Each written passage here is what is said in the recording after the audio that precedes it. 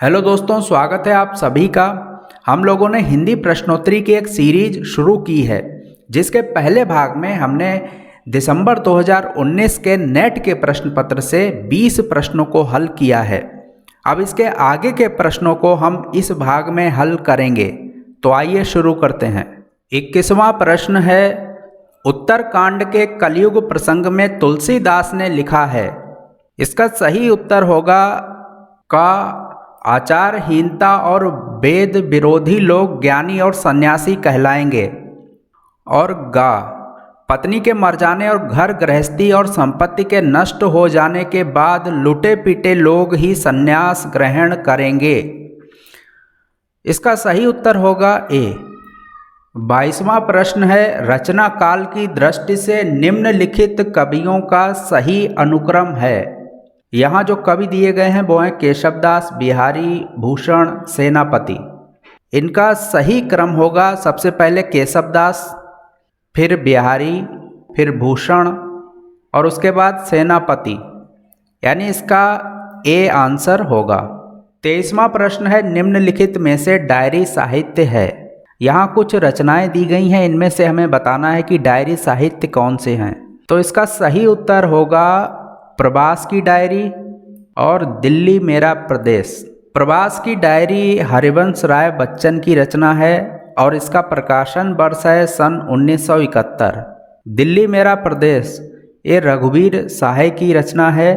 यह धर्म युग में 1960 से 1963 तक दिल्ली की डायरी नामक स्तंभ के रूप में प्रकाशित हुई थी, और उसमें रघुवीर साहे सुंदरलाल के नाम से यह स्तंभ लिखा करते थे।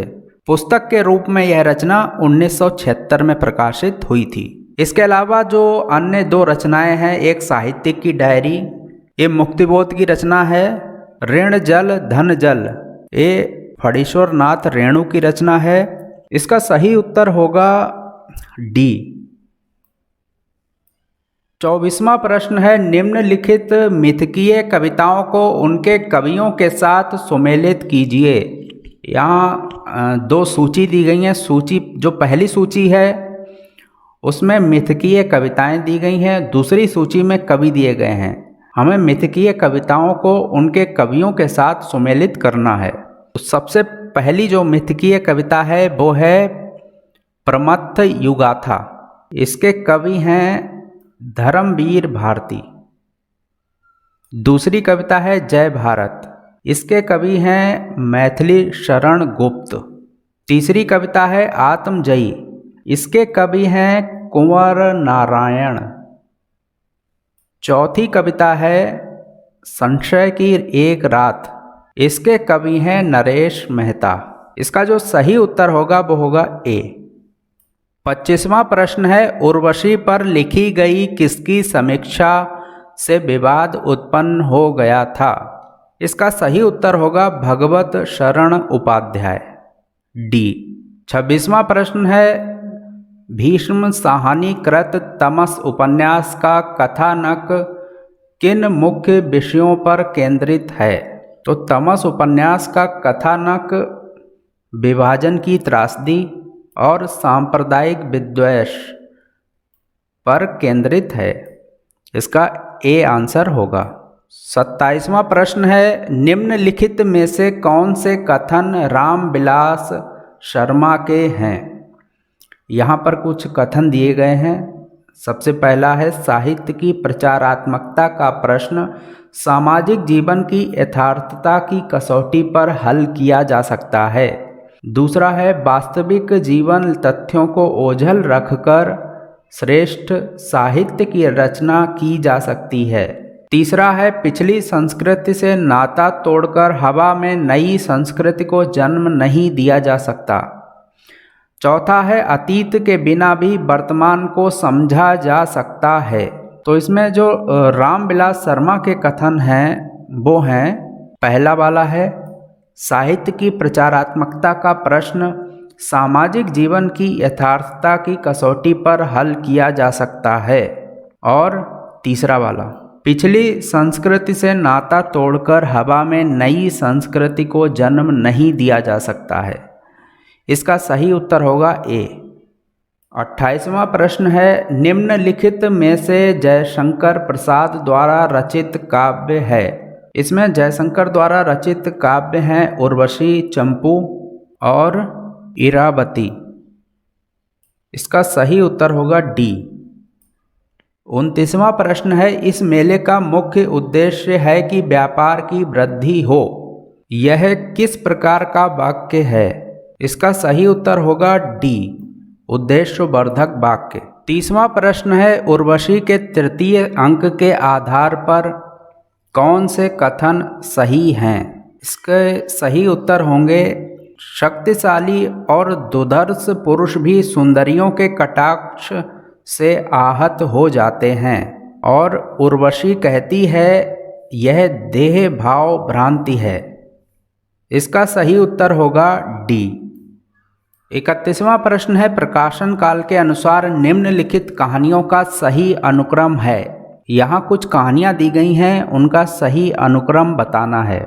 इनमें से जो परिंदे है इसका प्रकाशन वर्ष है सन 1956, ईदगाह का प्रकाशन वर्ष है सन 1933, आकाशदीप का प्रकाशन वर्ष है सन 1929, उसने कहा था का प्रकाशन वर्ष है सन 1915।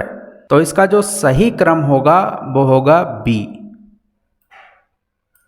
सबसे पहले उसने कहा था, फिर आकाशदीप, फिर ईदगाह और उसके बाद परिंदे। उसने कहा था कि लेखक हैं चंद्रधर शर्मा गुलेरी, आकाशदीप के लेखक हैं जयशंकर प्रसाद, ईदगाह के लेखक हैं मुंशी प्रेमचंद और परिंदे के लेखक हैं निर्मल वर्मा। 32वां प्रश्न है, प्रेमचंद की किन कहानियों में देशी रियासतों के राजाओं का चरित्र और वहाँ चलने वाली राजनीतिक गतिविधियों का चित्रण मिलता है? इसके उत्तर होंगे रियासत का दीवान और शतरंज के खिलाड़ी, यानी इसका सी आंसर सही है। 33वां प्रश्न है, शब्द के जिस शक्ति से उसके सांकेतिक अर्थ का बोध हो वहाँ कौन सी शब्द शक्ति होती है? इसका सही उत्तर होगा अभिधा।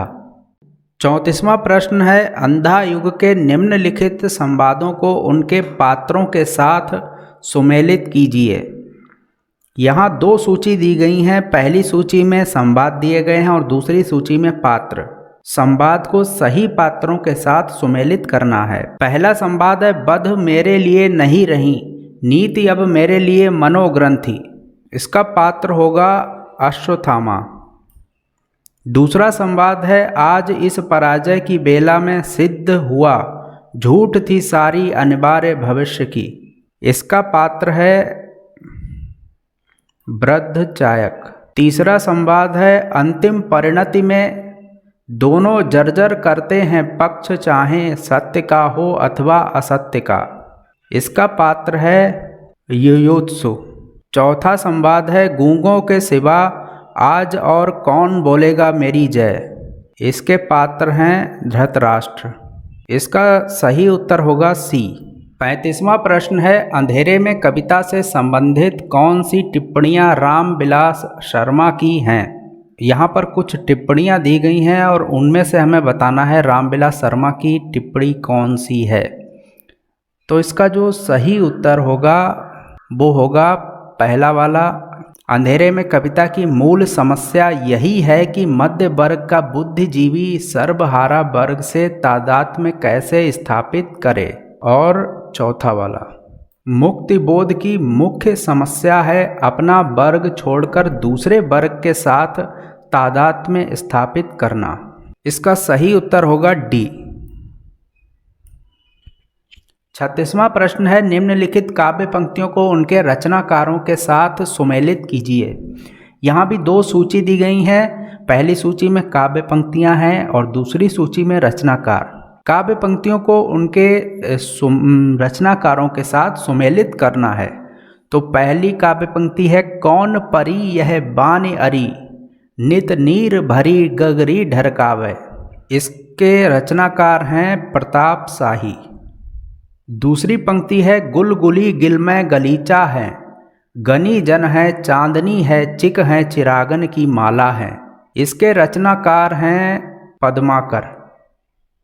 तीसरी है सेवर सिपाही हम उन राजपूतन के, दान जूब जुर्बे में नेकुजे ना मुरके। इसके रचनाकार हैं ठाकुर। चौथी पंक्ति है अभिधा उत्तम काव्य है मध्य लक्षणा लीन, अधम व्यंजना रस बिरस उल्टी कहत नवीन। इसके रचनाकार हैं देव। तो इसका जो सही उत्तर होगा वो होगा बी। 37वां प्रश्न है निम्नलिखित आत्मकथाओं को उनके लेखकों के साथ सुमेलित कीजिए। इसमें दो सूची दी गई हैं, पहले सूची में आत्मकथाएं हैं और दूसरी सूची में लेखक। आत्मकथाओं को उनके लेखकों के साथ सुमेलित करना है। पहली आत्मकथा है हादसे, इसकी लेखिका हैं रमणिका गुप्ता। दूसरी है मुड़ मुड़ कर देखता हूँ, इसके लेखक हैं राजेंद्र यादव। तीसरी आत्मकथा है शिकंजे का दर्द, इसके लेखक हैं सुशीला टाक भौरे। चौथी आत्मकथा है जूठन, इसके लेखक हैं ओम प्रकाश वाल्मीकि। इसका जो सही उत्तर होगा वो होगा सी। 38वां प्रश्न है निम्नलिखित में से व्यंग्य रचना कौन सी है। यहाँ पर कुछ रचनाएं दी गई हैं, उनमें से हमें बताना है कि व्यंग्य रचना कौन सी है।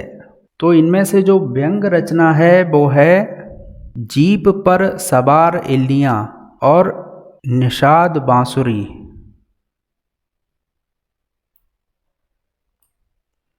इसका बी आंसर होगा।